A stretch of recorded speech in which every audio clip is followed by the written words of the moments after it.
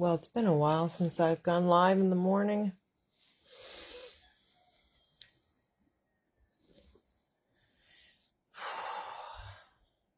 I'm sure many of you, like me, are in shock, I think. I'm not sure if Facebook will give out notifications, and I've been shadow banned for years, so I'm not surprised. I'm actually charging my other phone just so that if I have to jump on, I can see comments, but I think everybody right now just has a lot of opinion and a lot of speculation and a lot of anger as to what happened yesterday. And I think all of it is validated and warranted. Shocking. I was shocked watching the videos. And I'm seeing on the news this morning that a lot of political figures want to see the videos come down. Take the videos down, take the videos down. They keep saying that people shouldn't have to see that. And I completely disagree with that opinion. And I say that I completely disagree because people need to see that. They need to see it over and over again so that we can be. Hey, Caleb, how are you? Geez, I haven't seen you. I don't even remember you ever coming on live. How you doing, Caleb? Again, I may not see comments and stuff, so I may have to go back. But first of all, I think taking down videos like what happened yesterday with Charlie and what happened on the subway in Charlotte and all of these different videos, I think taking them down is wanting to quickly erase them from the memories of the Americans. Charlie was great. Charlie was a great man, a great advocate for free speech, for equal rights, for religion, for a lot of different things that, this country was founded on, and a lot of different things that the elites, I can't even say the left. It's hard to just say the left anymore, but he symbolized, like many other people symbolized, what this country was founded on. Taking down videos like that, they just want you to forget, and they want you to forget as soon as possible, okay? Because they don't want anger. They don't want people getting upset. They don't want people to start talking and to start questioning more, even though people are questioning more and more and more and more. And that's why we're at the positions that we're at right now in this civil war that we have going on in this country. And you can say that we don't have one. For years, I've been talking about a soft civil war. Hey, Derek. You did too? I had no idea you watched him. Yes, and by the way, happy belated birthday, Virgo brother. I sat so long last night after I actually watched a reel. It was only like a 20-second reel. I shared it, and I just watched it over and over and over again. And then I'm listening to all of these people posting and all of these people making videos and the news talking. And good morning, Bill. How are you? And here's the thing. And people can say and think whatever they want. I don't care.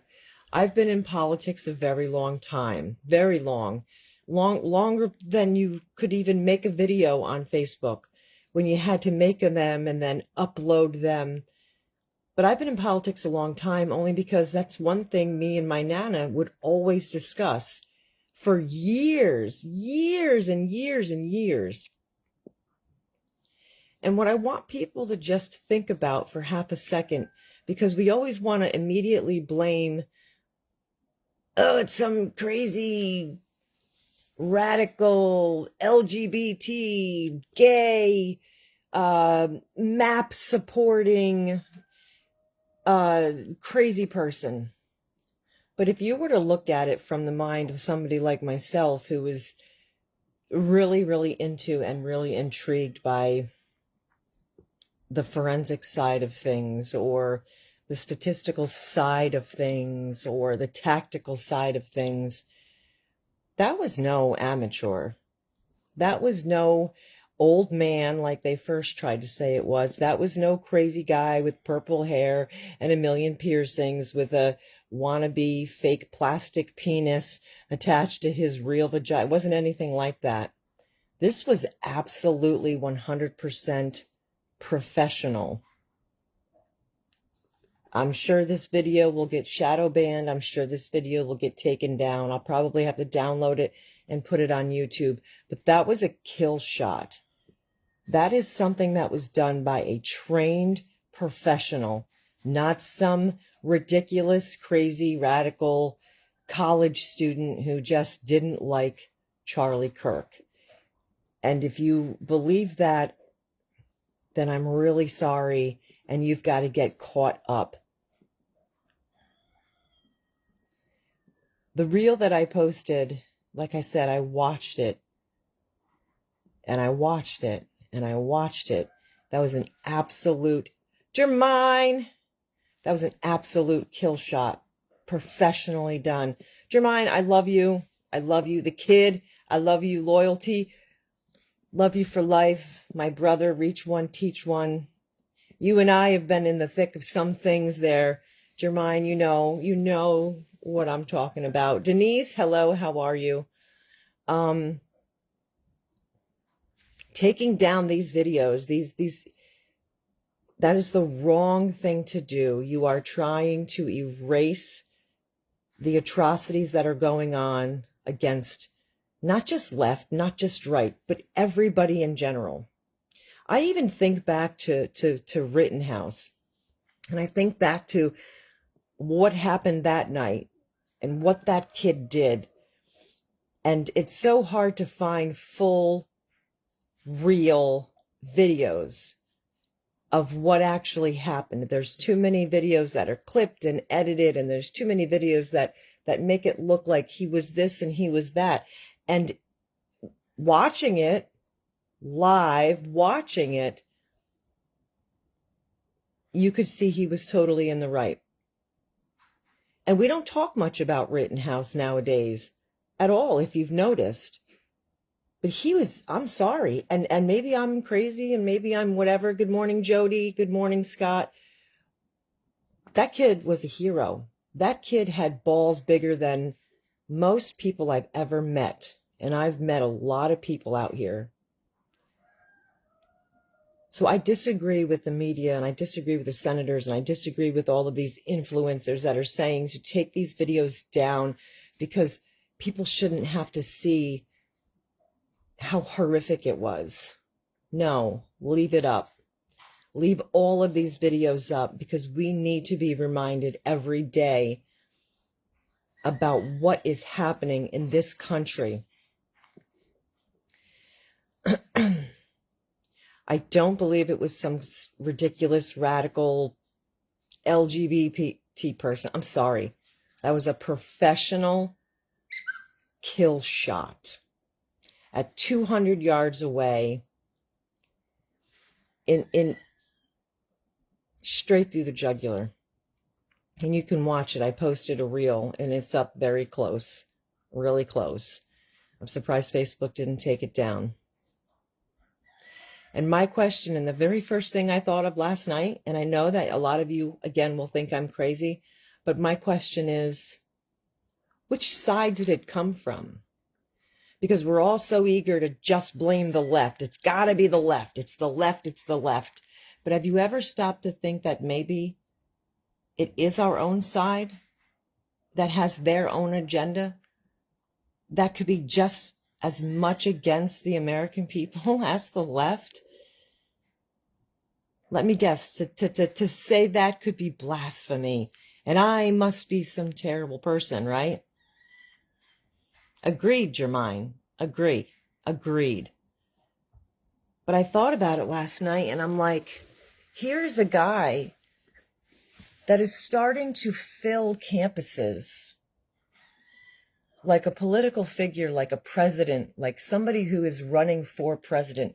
He is starting to make moves in this country that would make a lot of political people uncomfortable. And yes, that means the right as well. Everybody should be suspect right now. Everybody. You know, I listen to some people do their videos and they constantly talk about how they were on the road and they did this and they saw so much stuff.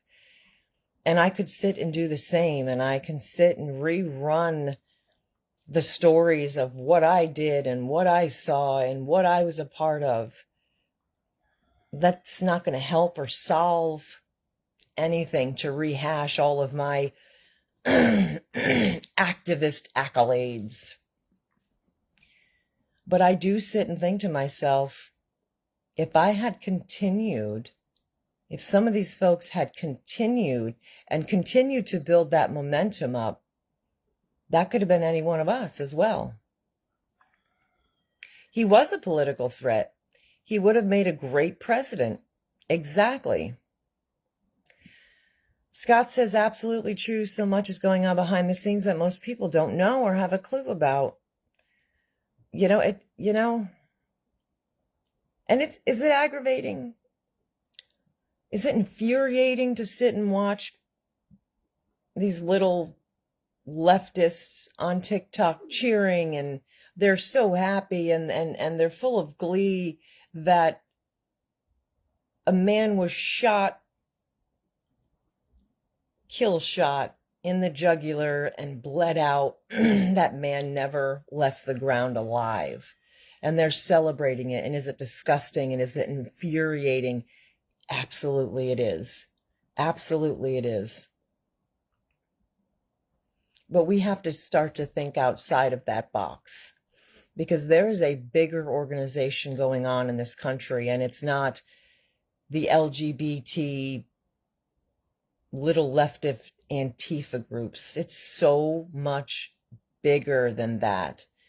And when you sit and when you really study the history of this country, the political figures and who they're connected with, going back longer than 40 years, longer than 50 years, longer than 80 years, things start to make a little bit more sense. And you kind of wish you didn't know it, because it's straight in front of you. It's straight fact. There is a much bigger agenda going on, and they want it to stay a civil war between the left and the right. It's the left, it's the right. It's the left against the right. They want that. They want the people to continue fighting each other because we don't see what they're doing. We don't see what the bigger picture is doing. And we've heard the word elites for years. The Illuminati for years. And it's all been conspiracy theory. The people that walk around with the tinfoil hats, and everybody makes fun of how they have all of these crazy thoughts in their heads, and they're just crazy. They're crazy. They're off somewhere in some camper with 50 ham radios and a tinfoil hat, and we can't listen to those people because they're insane. But are they? But are they insane? Because 95% of conspiracy theorists or theories have been proven to be almost 98% accurate. Does it take time? Yes. Look at JFK. Look at how long the conspiracy theorists sat and talked about who really killed JFK. And it took a really long time. But it wasn't the guy they pinned it on. It wasn't. It was not the guy they pinned it on. They pinned it on some guy that they wanted America to hate, that was easy to hate. Oh, it had to have been that guy. He was crazy. But it wasn't. It was so much deeper than that. Take a look across the ocean at Israel. Take a look at the influence they have on this country, and take a look at what JFK was trying to do to stop Israel from having so much power against America. And then ask yourself if it was just some guy that randomly shot him because he was an extreme activist. No, it was bullshit. So sometimes it does take years for all of these crazy theorists to come to fruition. But those are the people doing their work, doing their homework, seeing outside the veil of what everybody else wants you to see.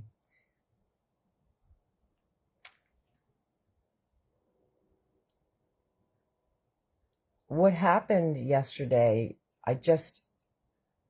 for so many reasons, it hits really hard. Hey, James, it hits extremely hard.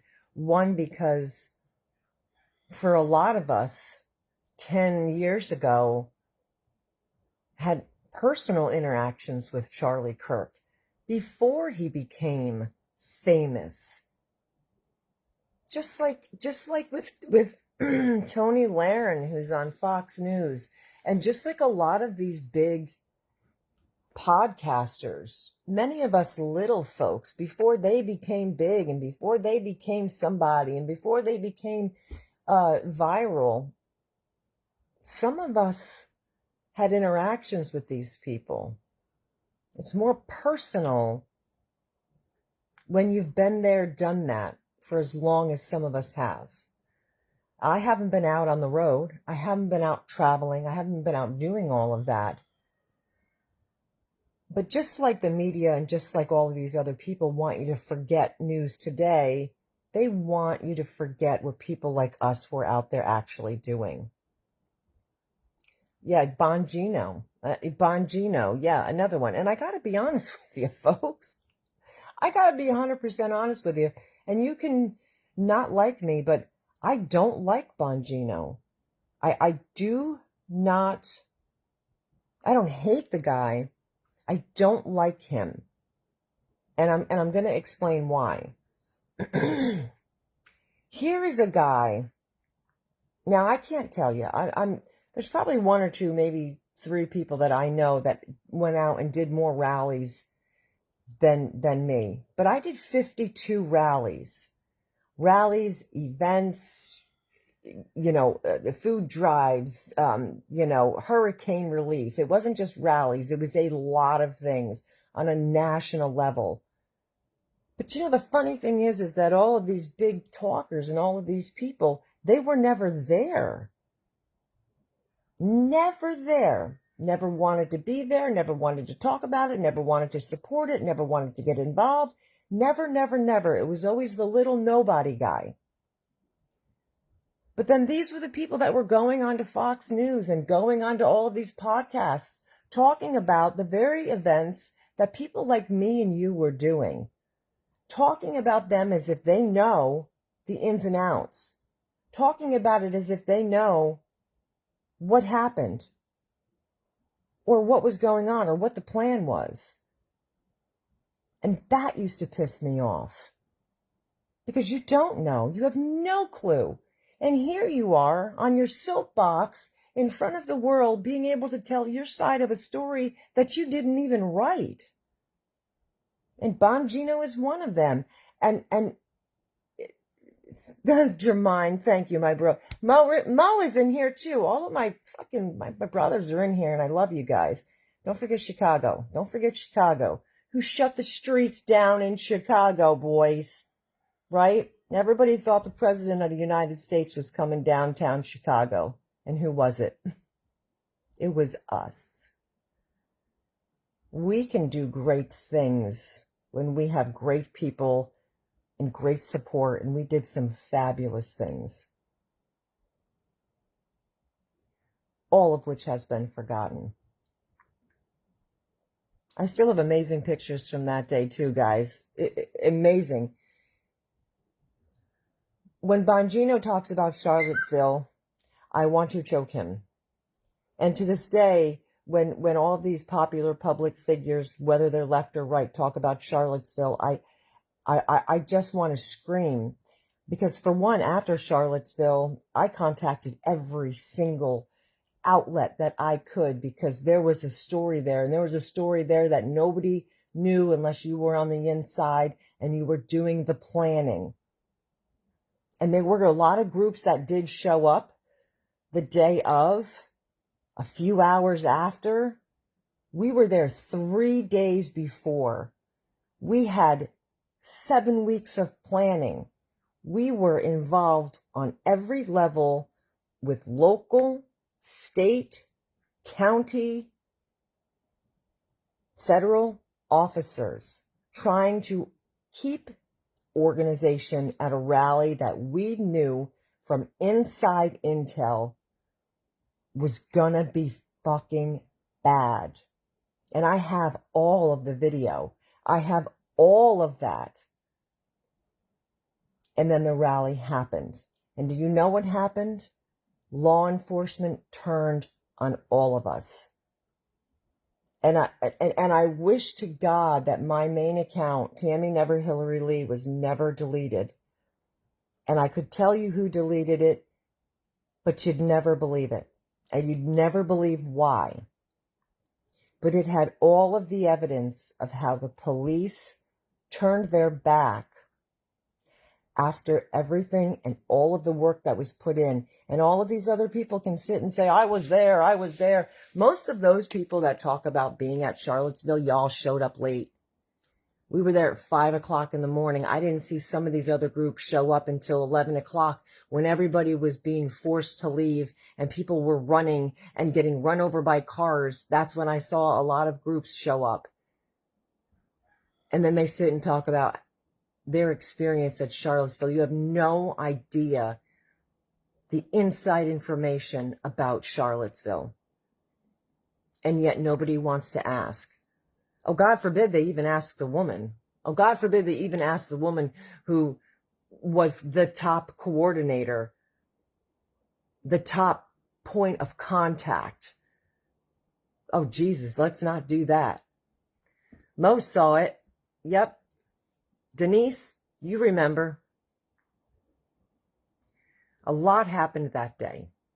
Just like with a lot of other rallies, there was a lot that happened, and a lot that was never told, and a lot that was never shown, and a lot that was taken down, and then the lies circulated, and then the conspiracies circulated, and the blame was pointed. And then it gets to a point where you're like, why bother? Why bother to sit and explain things to people who don't want to hear it?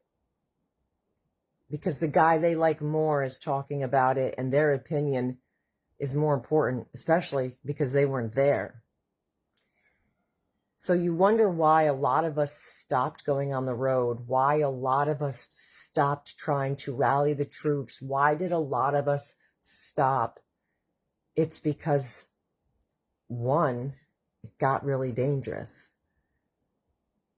I was on a call with FBI agents before 1 or 2 big rallies, and they were telling me, and they were also telling other people at the time, do not go. You are on a kill list. You are on the list. Because they had Antifa informants. And I would always tell them, well, it is what it is, and it's going to be what it's going to be. And that's why I bring security, and that's why I work with militia, because I'm not stupid.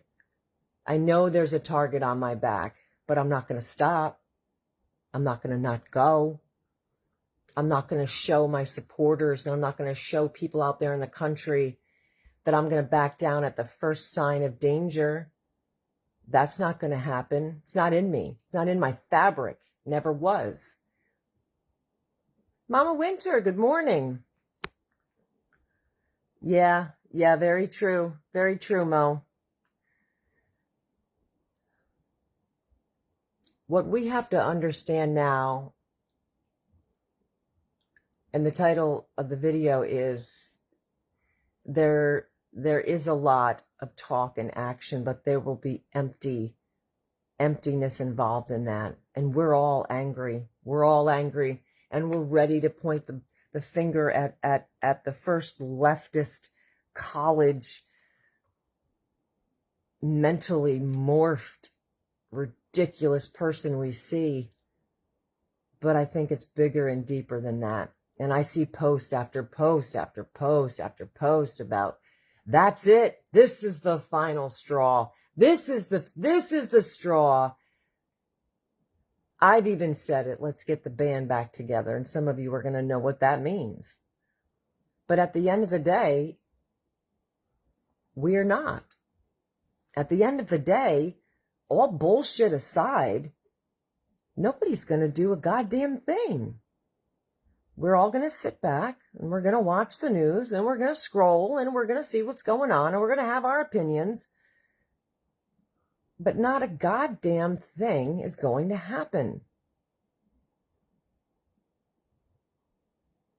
Now, if this is something that had happened against somebody against the left, like, I don't know, let's say George Floyd or something, you best believe by this time, 24 hours later, 18 hours later, the amount of people that are going to be ready to walk the streets would astound you. And people can say all they want. Oh, well, the left is paid. They're paid to go out and protest. You think tens or 40s or 50,000 people are getting paid $25, $100, $200? Give me a break. Are the bigger people getting paid? Are the bigger leftist mouthpieces getting paid? Sure. But the one thing that the left has that the right doesn't have is action and an army behind them. We never did. We were always sword fighting each other. Who's more popular? Who's more liked? Who's getting more donations? Who's going here? How many views do I have? Bunch of ridiculous, childish, immature infighting that could have destroyed something that would have saved the Constitution, not the country, the Constitution, which is severely being dismantled. And they'll call for more stricter gun laws. We've all heard it. Everybody's talking about it. More. Oh, we need more. After the subway stabbing, we need more. No, we don't need more. Do you know what's going to solve the problems in this country? And this is going to sound so extremely radical that probably most of you will think I'm crazy. And I'm sorry. Maybe I was born in a time of the wild, wild west. But I love the thought of vigilantes. Oop, did I say that? I love the thought of street justice. Oh, did I say that? I also love the thought of an eye for an eye. That's Johnny, what's going on? Man, Johnny, I ain't seen you in forever and a day, Hexberg. The truth is that if we had laws that hurt people, and I know you're going to say, Tammy, you're crazy. But when I sit and think of a guy that I read in the news from Oklahoma that had 43 counts of child abuse, child endangerment, child trafficking, child rape, and he's out on a $3,000 bond. I'm sorry, but the first thought that comes to my mind is, why are we even wasting our time? There's some lead laying around that could be put to use, because somebody like that doesn't deserve or need to be walking the earth. And you can have every religious Christian person, Catholic person, religious person in the world say that God will take care of them. Well, some of us don't think we should wait for God. Maybe God is waiting for us. Maybe God is sitting around saying, I've given you this beautiful earth, and I've given you this beautiful land and these beautiful rights and this beautiful way of thinking, which is free thinking. And I've given you all of this freedom. But you also have to help tame that beast. Sometimes waiting for God is too long. And again, maybe he's waiting for us. We allow atrocities to happen to other people in this country, and we talk about it, and we read about it, and we post about it, and we're angry about it. But I'm sorry, bring back eye for an eye. Bring back that type of justice. And let's see just how quickly the disgusting, violent crime goes down. Because I can tell you something. If I was about to commit a crime and I had to sit and stop and think that, shit, if I get caught, this exact crime is going to happen to me, oh, I would think twice. I would think thrice. I would think about it a lot, and I'd probably not do that violent crime. That guy in the subway that stabbed that woman in the neck, and how many different times was he in front of the law or behind bars and he walked free because we're soft on crime? Now that we have that guy, maybe he should know what it's like to be knifed in the throat and left to bleed out on the ground while people step and walk by you. And you can't even plead and yell out for help because you're drowning on your own blood. It might make the next guy think twice before he goes and does something like that. And I'm sure you guys think I'm crazy. Thank you, Terry. What's up? Terry Broomer. Brent says, need to bring back public hangings. Exactly. Time to be... Yeah, that's exactly what I'm talking about right now. All of our politicians are soft on crime. And you can say it's just a leftist problem and something that comes from the left with politics, and it's not. I'm sorry. It's not. It's a political problem across both sides. And the people that are pulling the strings want it. But people always forget, and I get it, don't get me wrong. Events like January 6th make a lot of people sit back down on the couch. Because January 6th scared a lot of people. January 6th made a lot of people say, oh, I'm not going to risk my ass. No way. But nothing in this world worth fighting for isn't worth a risk.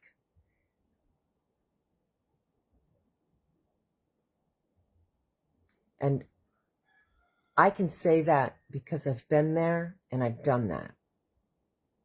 I sat in a paddy wagon with Joe Biggs for 3 hours in Boston. There was 20-some of us, like sardines, in a SWAT wagon, sweating our asses off, waiting to get out of the city of Boston, but we couldn't even move because there were so many protesters outside, and they were shaking and rocking those SWAT wagons, and we were in there sitting there going, are we going to tip? Are they going to get in? Are we getting out? What the F is happening? Yeah, I've been there. I've done that. I have a little bit of a leeway to be able to say that sometimes for the greater good, you do put yourself in danger. That's how we got to be America. By fighting, by knowing we may go out and not come back.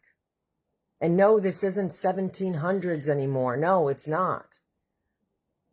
But it might as well be.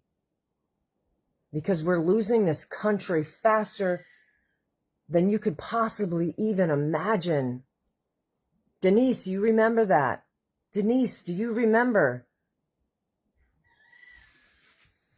I'm inside the paddy wagon. And I'm trying to get service to try to tell some of my patriot people watching, we need help.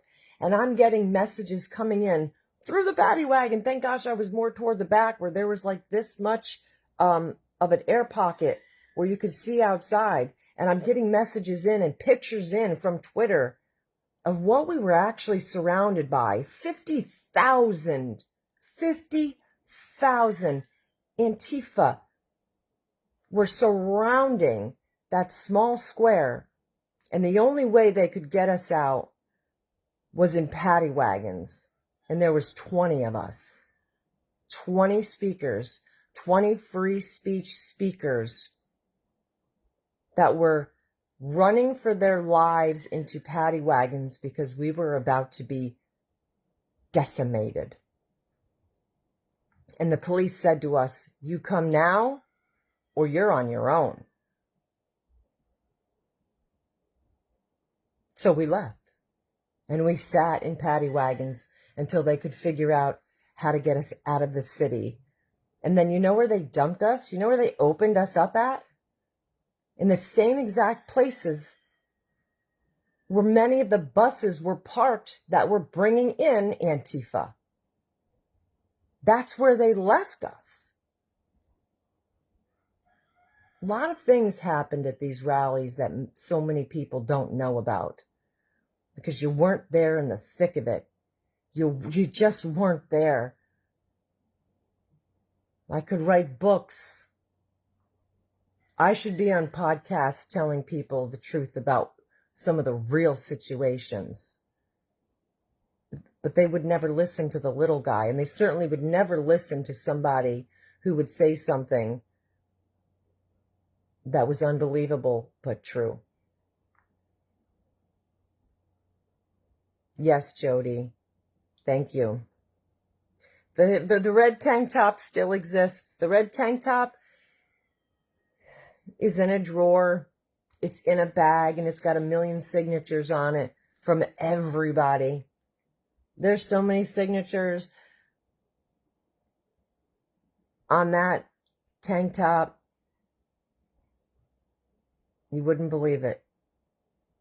Most of them became famous. Some of them didn't, but they're all known. And at one point or another, we stood shoulder to shoulder. I still got that tank top. I actually still have my necklace, but I took it off a few years ago. I took it off a few years ago because I felt lost. I felt like I wasn't me anymore. And I felt like I didn't deserve to wear that because that necklace literally meant fearless. And I thought I was doing it injustice by continuing to wear it because I stopped what I was doing. So I took it off. And I'll show you where it sits at this moment.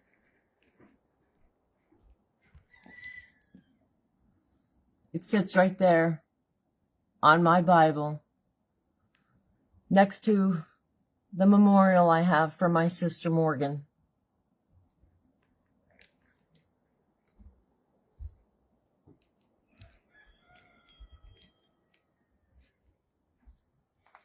Not all of it's my fault.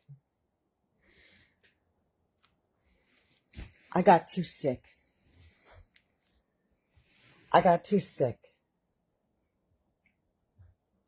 And I made an obligation to move to Oklahoma and take care of my grandmother. That was my next mission. That was my next fight. But I felt like I lost a piece of myself. I felt like I lost that warrior spirit. I felt like I lost the power of word and the power of motivation and the power of bringing a lot of things to a lot of people. So I took it off. And I haven't put it back on since. And maybe someday I will. And the day that that goes back on will be a transition for me. But that's not the moral of the story or this video. Charlie was assassinated, and it was professional. And I don't care who comes knocking at my door. It won't be the first time. I've had feds knocking at my door, calling my phone. So that doesn't bother me. But if you think for 1 second it was just some retarded kid on a rooftop at 200 yards with a kill shot straight to the jugular, you're out of your mind. We are all under attack by our own government. And I know. Good morning, Dino. And thank you, Jody. And I know that you guys can say that we're all good and we're all safe because Trump is in office and Trump is the savior of this country. But I have a lot of trouble saying that.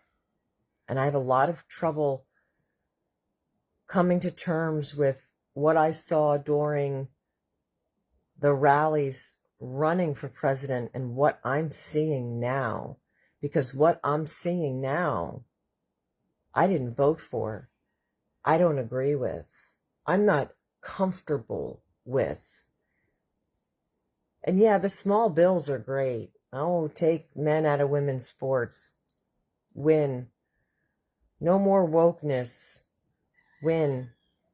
Get the illegals out. Win. But damn it, we got a hell of a lot more bigger problems in this country, and I'm waiting for those wins. And I don't feel comfortable where we're at right now. And I know a lot of you guys who are so die hard in the support of Trump are going to hate me. But I am not really impressed with what I'm seeing and where we're going. And we should all be scared because what is happening and the policies that are in place right now and the tariffs and the taxes and the this and the that is hurting us now. And people can say that, wait it out. It's worth it next year. But do we have next year? Do our farmers have next year? Do our blue-collar workers have till next year? People are struggling now more than they ever have. And a lot of people don't want to see it because they have Trump deranged syndrome. And I'm sorry. I voted for the man 3 times. But I'm not sure that he's the same person now that he was then. And I'm not sure how tight of a grip Israel really has over him. But let's not pretend it's not there. Let's not pretend for 1 second that the technocrats of this world have hold. And if you don't know what a technocrat is, go to my YouTube and watch the first live video I did. Go learn about J.D. Vance. Go learn about Peter Thiel. Go learn about all these people and how they're completely intertwined with so many of the people in the administration that we have now. And so many of the people like Bill Gates, like Zuckerberg, like all of these people. And maybe I'm just a conspiracy theorist. But then again, maybe I'm not. Maybe I do my homework. But I know one thing. I'm glad I'm getting to the end of my life and not the beginning, because I don't want to see what this world is going to look like in 20, 30, 40 years. Because I don't think it's going to be pretty. And I certainly don't think it's going to be America first, America strong, America the leader. I think those times are done and over with. And I think we kowtow to people like Netanyahu, Zelensky. Are you kidding me? Another actor who came out of nowhere? You're going to have some little punk-ass bitch running around the White House telling our president what we should and shouldn't do? Telling our American people how much money we should and shouldn't pay? One of my favorite lines is, I don't know who the fuck you think you're talking to. But unless we can truly do what the left does, which is come out in droves of people will never be heard, will never be taken seriously, and we will be yoked around like oxen hooked to wagons, following the leader and believing that someday the yoke will be taken off and we will be free.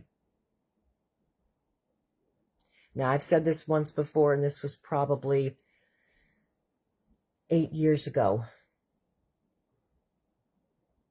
And nobody liked the idea. And then I heard one other person say it, and his name was Ace Baker, and everybody loved it when he said it. But I'll say it now again.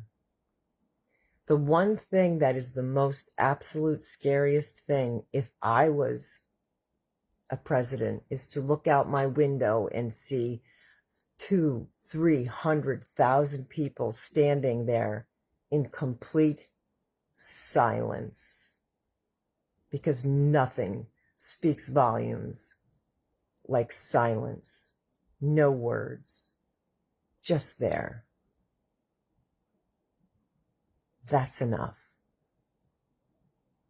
We don't have to be loud. We don't need bullhorns. We don't need big signs. We don't need the banter. We don't need any of the bullshit. This isn't a circus. It's not a freaking parade. You get 200,000 people standing shoulder to shoulder, silent as could be. That's going to put chills up and down the spine of every single person running this puppet show. You think about that. But, yeah, I can't stand that guy either. Him and a lot of other people. And they couldn't stand me because I was a woman who was showing them up. I was a woman who was running things behind the scenes, and they were the pretty faces on the screens making it look like everything was them. They didn't like it. But that's okay. I got big feet, so I got big boots to fill. Ha ha ha. But think about it, folks. Think about that. When you see predators out in the wild, are they running around crazy, making noise? No. They are stealthy. They are quiet. They are purposefully and meaningfully standing there, watching their prey. Quiet as as you could be. And if you've ever been out hunting, or if you've ever been out in the woods and come face to face with a wolf, a coyote, a lion, a bear, and they're quiet and they're staring at you, there's nothing more scary and intimidating than that. And that's what we have to be. The left can be loud and obnoxious. Maybe we need to try a different tactic. Think about it. All right. I'm going to go. I hope you guys have a good day. Keep Charlie and his family in your thoughts and in your prayers, and everybody else in this country that has daily atrocities, the children, the women, everybody. Keep the country in your hearts and in your prayers, and really think about where we're going from here on out. This is the pivotal point. Now is the pivotal time. Peace.